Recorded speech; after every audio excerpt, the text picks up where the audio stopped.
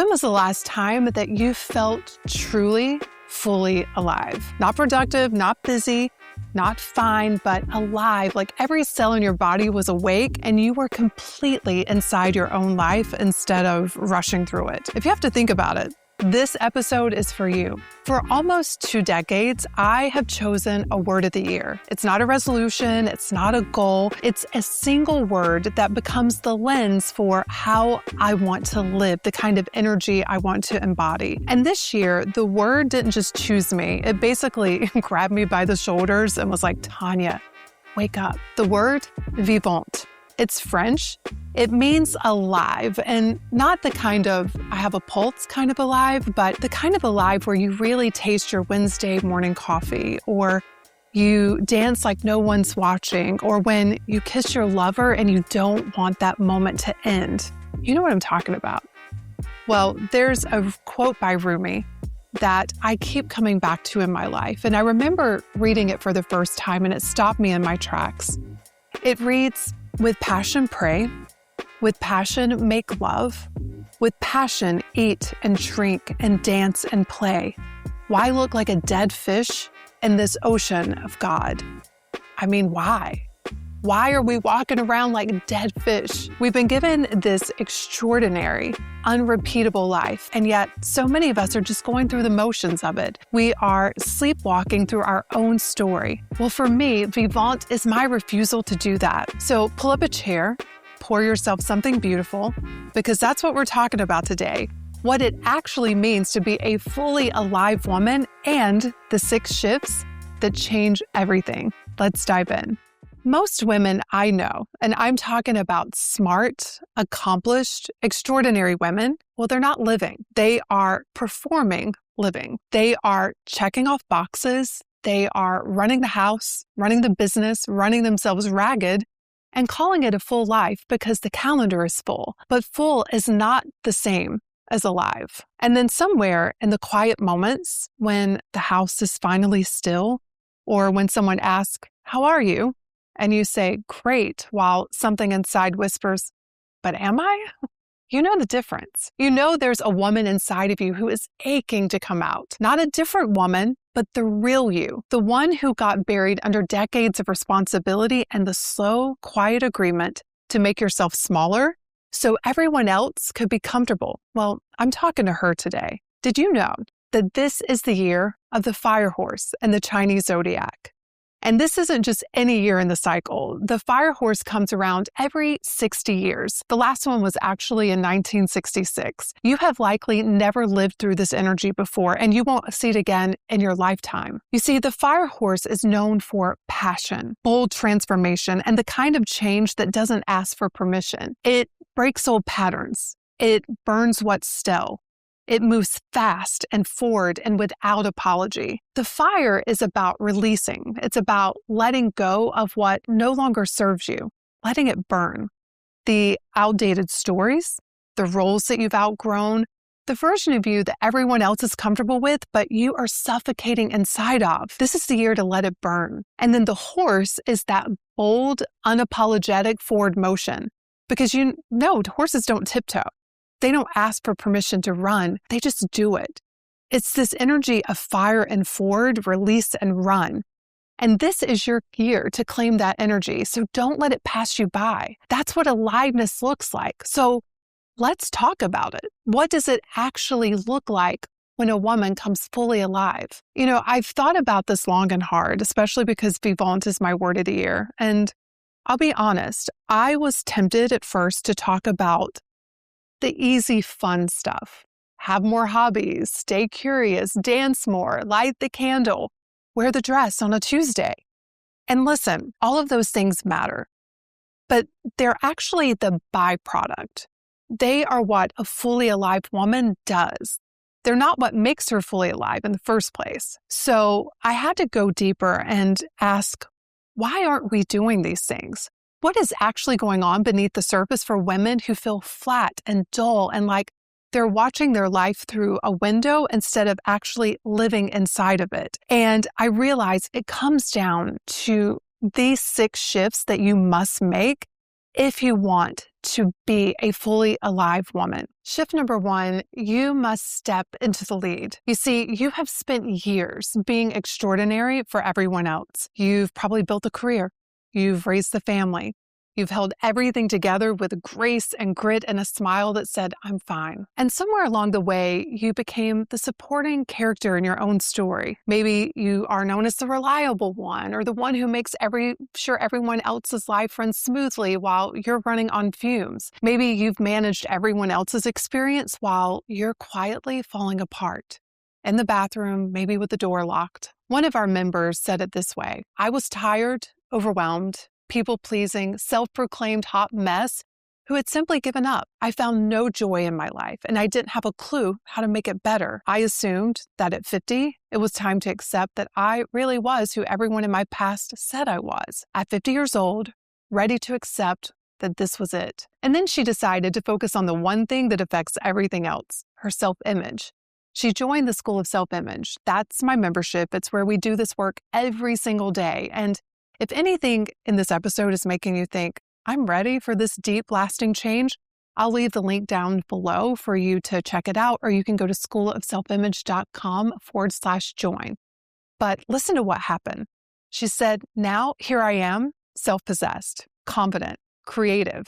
I've received a promotion at work, a 20% raise, achieved 2 extraordinary goals, and am down over 50 pounds. I've rediscovered a passionate relationship with my husband of 29 years. He says he feels like he's gotten his wife back.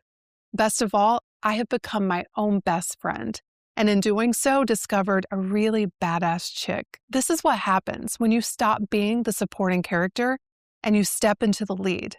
So ask yourself honestly, if my life were a film, would I want to watch it? And if the answer is no, don't spiral, just change the scene. Stop curating a life that looks good to other people and start creating one that feels electric to you. And trust me, the people around you will benefit from this renewed, alive version of you. You are the main character. Start acting like it. Shift number 2 is fall in love with what you have. This one is quiet, but it might be the most important shift on this list. You see, we can become so focused on what's missing that you become blind to what's here. You are surrounded by things that you probably once dreamed of, prayed for, and you don't even see them anymore. The home you live in, well, do you remember when you dreamed of having your own place? Or the body that carried you through every hard season, every sleepless night with a newborn? Do you ever just thank it for still being here, for still supporting you? Even the fact that we all woke up this morning with air in our lungs and a heart that can feel, well, that's not nothing. That's actually everything. And you miss it because you've been trained to always want more, to optimize, to look at what you have and immediately think what needs to be fixed. For example, you can walk into your kitchen and see the countertops that you want to replace, and you don't see that the meal you just cooked for the people you love. A Vivante woman, a woman who's fully alive, she still has desires. She still has goals. She still wants to grow and evolve, but she doesn't do it through the lens of not enoughness. She doesn't abandon the present moment in pursuit of a future moment. What she does is she looks at her life right now, the real version of it. And instead of grading it, she lets herself love it because it feels good to love what you have. Not because it's perfect, but because it's hers. And listen to me when I tell you this. From years of seeing this in my life and my clients' lives, this kind of energy, this way of living, it makes it so much easier to create more to love. And that shift is where the magic starts. The moment you stop abandoning your current life for some fantasy one, something cracks open. You start feeling things you haven't let yourself feel in years. And it's not just a gratitude or appreciation. It's this kind of tenderness for your own life and your own existence. Now, for shift number 3, it's time to turn the volume up.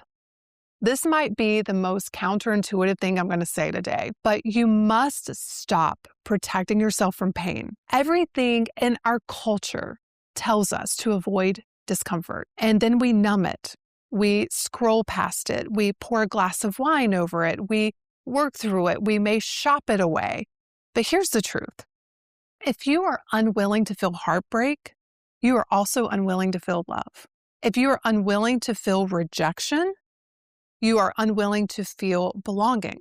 If you are unwilling to feel grief, you have cut yourself off from the very thing that makes joy possible. You see, these aren't separate channels. They're actually the same channel. And when you shut one down, you shut them all down. And this is why so many women feel flat and numb.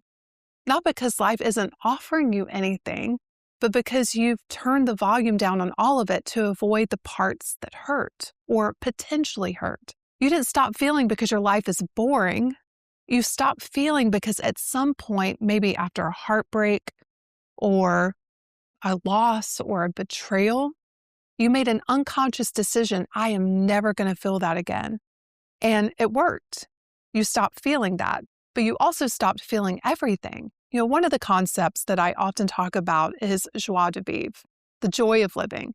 And when I talk about it, I feel like people assume that what I'm talking about is this image of complete 24/7 ecstasy. But that couldn't be further from the truth, because if I've learned anything, it's this. Living includes hurting and crying and rejection and laughing and heartbreak, all of it. The joy of living is about embracing it all, because it's actually our resistance to the hard stuff that causes us so much pain. We withdraw into our own little self-made cages to avoid failure and hurt and judgment and humiliation and rejection.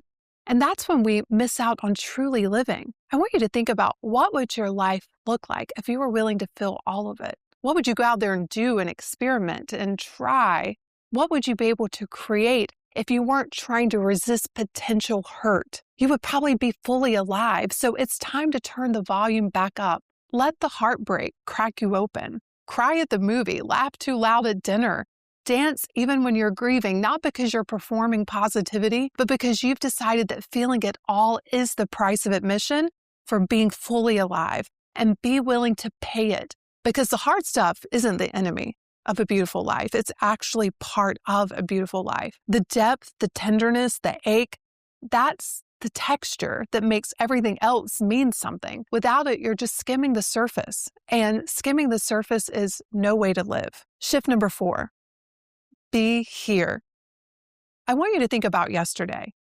If someone asked you what happened, you'd probably say something like, I got up, took a shower, got dressed, had coffee, went to work, finished work, picked up the kids, drove home, made dinner, went to bed. But that is not what happened. That's just the skeleton of what happened. The real day was maybe the warmth of the water when you washed your hands, or the light that was shining through your kitchen window at 5 o'clock.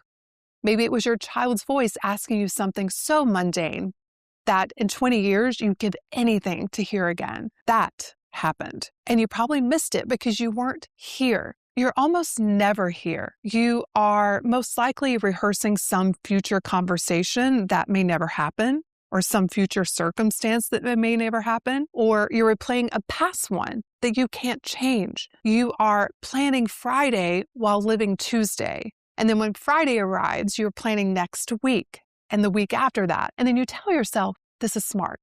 This is responsible. This is how a grown woman operates. But what it actually is, and I say this with so much love, is a life spent missing your own life. Think about it. Can you hear the past right now? Can your ears detect anything from yesterday? Can you hear next Tuesday? No. There is only what is here. The sound of my voice, the feel of whatever you're sitting with, the breath you just took without noticing.